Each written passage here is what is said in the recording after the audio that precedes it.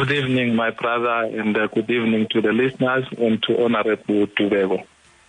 Great. And also alongside me, as you've just heard the Senator mention there, I have another guest in the studio, Honorable Prince Dubeko Sibanda. He's no stranger to our studios here at ZFM Stereo. We've had him before. Great to see you back, Honorable. And for those who may not know, he's the legislator for being a North Member of Parliament. I'm not sure whether I should say recalled or recalled. Recalled Member of Parliament. I think that should be a new title in Zimbabwe. Unfortunately, yeah, we see a lot of these recalls, and I'm sure we'll also get to talk a bit about what then happened in Parliament yesterday. But first of all, let me begin with Senator Phugeni. You are representing the Interim SG. I would like, perhaps just for purposes of our listeners, we're looking forward to be hearing from Mr. Sengeso Tshabangu just why you are here and how you ended up representing him, or how the relationship of how you guys actually work together. Okay. No, thank you. Thank you, my brother, for the opportunity. As I've already told you, I was requested to come and work in his office, specializing in communication, assisting with communicating their message and making sure that the public get to hear their side of the story as well. Okay, so when you say work in his office, this actually then means that there is an office of Interim SG. Where is it based? How was it constituted? I mean, how did he be, at what stage, or how did he end up in this post of Interim SG? Maybe you could speak to us about the events that led to that. No, I will be lying to you if I confess to know any details with regard to how was it set up and all those things. My only interest was when I was asked to be part of the communications team, which I accepted. It's a very painful job. I just realized when I was then asked to come and be part of this after what happened in Parliament yesterday. It was made worse when I was told that my honorable brother, Prince Dubeko Sibanda, was here as well. I saw the pictures yesterday. They were not pretty at all. It was a very painful experience looking at what happened with all those riot police. And of course, the recall of anyone is a very painful experience. I know this, having worked with Dr. Kupe, where she said she will never, ever in her life recall anyone. And here I am today, almost in the deep end, to come here and try and give the other side. And I will do my best on the information at my disposal, which I've been given. But I'm not speaking what is from my mind. I'm not speaking my actions. I'm speaking what I've been told by the person who should have been here, why he's doing what he's doing, and I hope that will be appreciated and accepted for what it is. Some people have suggested that the actions of the person that you represent are a betrayal of the electorate, that people voted for the candidates that they wanted, and to now recall those people barely a few weeks after they've started their work is a betrayal of the people who actually voted for them. What do you say to that?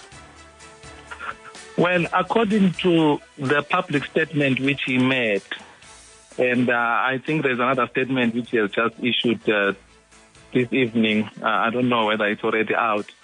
He's talking about the betrayal of the values and the objectives of the formation of the movement. He is talking about the imposition of candidates.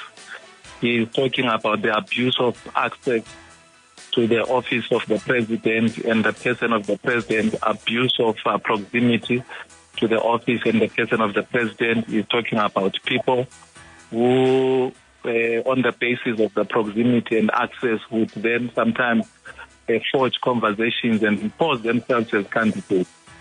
And then he's also talking and he's making a case about Bulawayo. He says there were people who were brought to Bulawayo for different functions and different responsibilities to assist the party, and all of a sudden the local people who were supposed to be councillors and members of parliament were removed in favor of those people who are not locals. We say it's correcting that because not correcting that would be a betrayal of the struggle. So let me ask you this. I mean, I've heard what you've said, but, if these candidates were imposed or were not from the area and were not the people that the party had put forward, surely the people would have rejected them and not voted for them. No, it's not as simple as all that, because remember, he is talking about the values and the principles, the founding values and the principles of the party. So he's simply saying it's the death of internal democracy, which is what he wants to restore. Why do it now, though? Why weren't these issues raised prior to the election and at the time that these things then happened? He claims that he did raise these issues and he was ignored. And then after the elections, he did a countrywide tour, talking to citizens and raising their concerns. And as a responsible leader, he needed to do something about it. Let's just stop it there for now, Senator. I want to bring in your counterpart who is here in the studio, Honorable Prince Dubeko Sibanda. As he said earlier, recalled Member of Parliament. Honorable Dubeko Sibanda, I'm sure you, like many other people, were taken by surprise by this letter that claimed that you were being withdrawn. Perhaps speak to us about just your understanding and this chain of events that led us to where we are. How did we get here? And is this interim SG, is he bona fide? Thank you so much, Farai. And I want to thank my colleague, the Honorable Senator Phugeni, for being very frank, in his introduction, that he is not going to speak his mind. He's going to speak what he has been sent to say by his principal, and that he doesn't understand the genesis of the position of Secretary General where he is working in. That's being very frank, So I think I need to, if I'm going to talk about that, I have to put things into perspective. Mm-hmm. Let me start by giving a brief background of how I know Sengeso Tshabangu. I got into politics in around 2004, 2005, when the MDC then was splitting, when it encountered its first split. And I'm happy that here in the studio I've got colleagues. I've got colleagues that I can be witness to that history that I'm talking about. Honorable Setulo Ndebele, Honorable Vusa Moyo was my chairperson when I first began politics in 2005. After the split, he became the chairperson of Victoria Falls District, and I was the secretary then. Of course, I've got Mr. Honorable Fanuel Chumanzala as well from Binga South that are here in the studio. But at that time, Sengeso Tshabangu was working in Victoria Falls. And that's where he started his politics. So his genesis of politics and mine almost are the same. We started in the same town, but he was ahead of me in terms of politics. I still remember at one time he rose to become the provincial chairperson of the MDC. Of Matabele North. I became part of his provincial executive. And then after that, after his chairmanship of the province of Mati North in 2014, we encountered another split where Honorable Tendai Biti then left the MDC led by Morgan Tsvangirai the late and went to lead his own party, then called the People's Democratic Party or something, that's PDP. I think it went on to split again with one going with Mativenga, and I'm sure Tshabangu at one time, I'm not sure whether they left BT and went to the other PDP. And then when we then came into alliance, I think it was around 2017, 2018, towards the demise of our icon, President Morgan Tsvangirai, may his soul rest in peace. His wish as he was dying was to say, let all these guys that had gone out come together so that we become one movement and go for the bigger objective. So when Tendaibit came back, Tshabangu also came back. Yeah, I still remember in 2019 when I went to campaign as chairperson of the province of Matabele North. He was part of my technical team that was assisting me with strategies when I won the chairmanship in 2019. But then I think after that he was briefly appointed into the then national executive. I think it was around 2020, 2021, if I recall correctly. And then we suffered around 2020. We suffered the situation that we suffered, where our party, through judicial ruling, was then handed over to some other people to say these are the no rightful leaders. You remember, then we started to encounter these recalls. Yeah, and after those recalls, there was a deliberate decision to say, we cannot continue with the MDC anymore. It has been taken away from us. We need to form something new. And that something new that was formed was the Triple C. You know, it's not like it was a migration from one party to another. We formed something entirely completely new.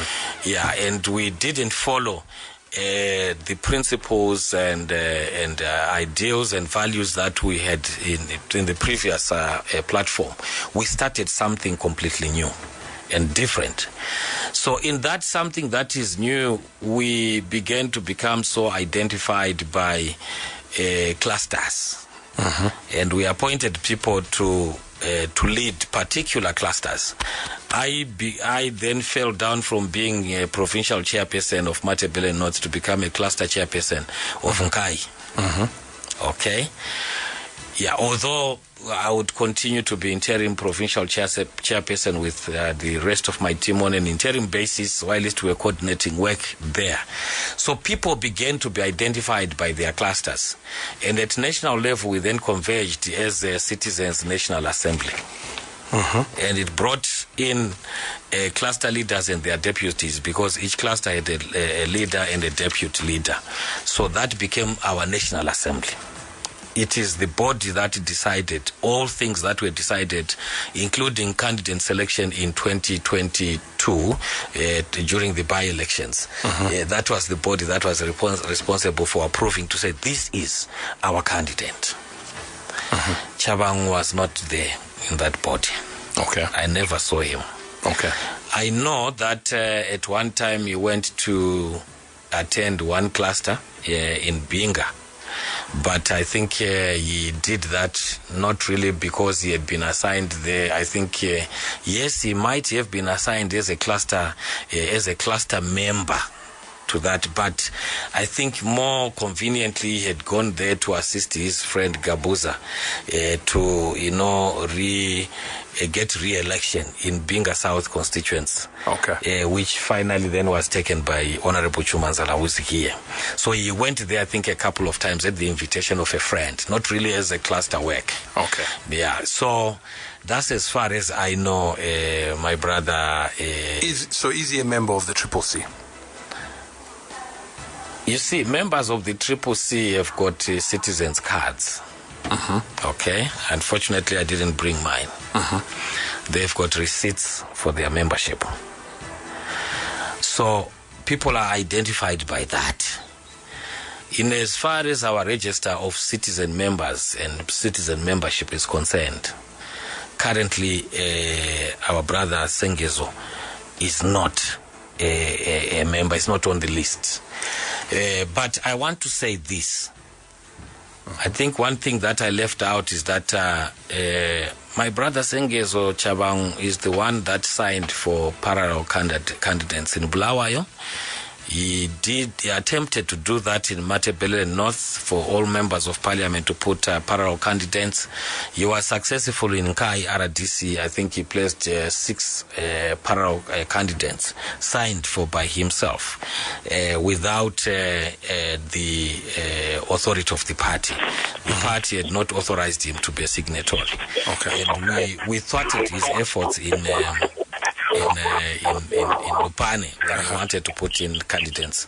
I mean, this last election that we are talking about. Okay. So I think that's as far as I can talk about my brother in terms of how we interact in this struggle. Indeed. Yes. Let me just bring in, Honorable Senator Kalpani Phugeni. Are you also a member? Do you have this citizen's card that has been mentioned to show you're a bona fide member of the party? No, I don't hold a card. I will not claim to do it, and I'm not here in that capacity. As I said at the beginning, I'm here from his office to come and communicate his position. I must also thank the Honorable Sibanda for articulating. I could hardly hear him because his volume was low, but what I heard of the history, it mirrors exactly what I know as well.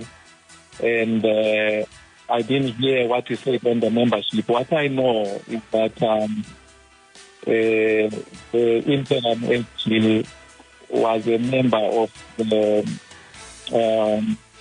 Inga South under Senator Kapuz in that class. So it's said that others are saying he's a drunkard, not a member, he's not in the register. I think that's so far away from the truth. And if people are going to be able to solve this, at the very least, they need to be honest and truthful with each other. Personally, I think they need to dialogue because there is a dispute. The Interim SG claims that he's been put in that position by the citizens in the same manner that the president was put there by the citizens. So which citizens put him there? I would imagine, like I said, and again, I don't know if you can speak to this, there would be processes that there are minutes of a meeting that says, yes, you are the Interim SG, or an election of sorts, or a motion to say this is our Interim SG. Okay.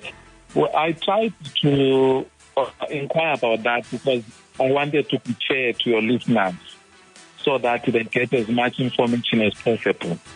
So he said council advised him that since this matter is now before the court, his position is now challenged before the court, he will be better advised to litigate it there than in the media, So the information I'm giving you is what is available in the public domain, that the citizen is viewed upon in this position in the same manner that they did with the leader and the president, the change champion and chief advocate Nelson Chamisa.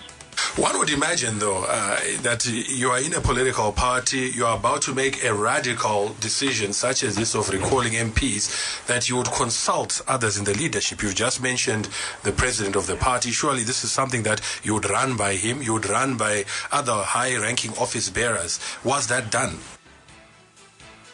Well, my understanding is that there were consultations that he tried to communicate and the challenges of this imposition and the abuse of access and proximity to the president, which had basically threatened the whole project. So I think when there were differences, and according to his consultation in the citizens, it pushed strongly for this type of action. And then it decided to bite the bullet and do it for the greater good of the movement. Let me just bring in your counterpart, Honorable Prince Dubeko Sibanda. Sengeso Tshabangu, as you said, you've given us his history, but he now has people working in his team. We have one who is our counterpart here. Does this show that perhaps there are people who believe in what he's doing, who support him, and that he then therefore has a case? I don't know who believes in him, okay? But I hope my colleague is now hearing me. He was complaining of my low voice last time. Let me just... the line seems to have dropped, but I'm sure if he's listening, we are calling him back in. We'll call him back now. Okay. So, It is like I had indicated. Indeed, my colleague then, when he says he worked in a cluster, he says he worked in Binga South. So he was specific about a constituency and not even a cluster, because a cluster was not usually made up of one constituency. And the Binga cluster is a cluster that had Binga North and Binga South. And as you have been told, Sengeso Tshabangu only went to Binga South. Mm-hmm. So he wasn't really a cluster. He wasn't a cluster leader. He wasn't a deputy cluster leader, because the Citizens National Assembly that we have is made up of the cluster leader and the deputy cluster leader. Mm-hmm. So Tshabangu would not even come to the meetings at national level that decided all matters. Okay? So he simply visited Binga South, as he has also indicated, as his spokesperson has indicated.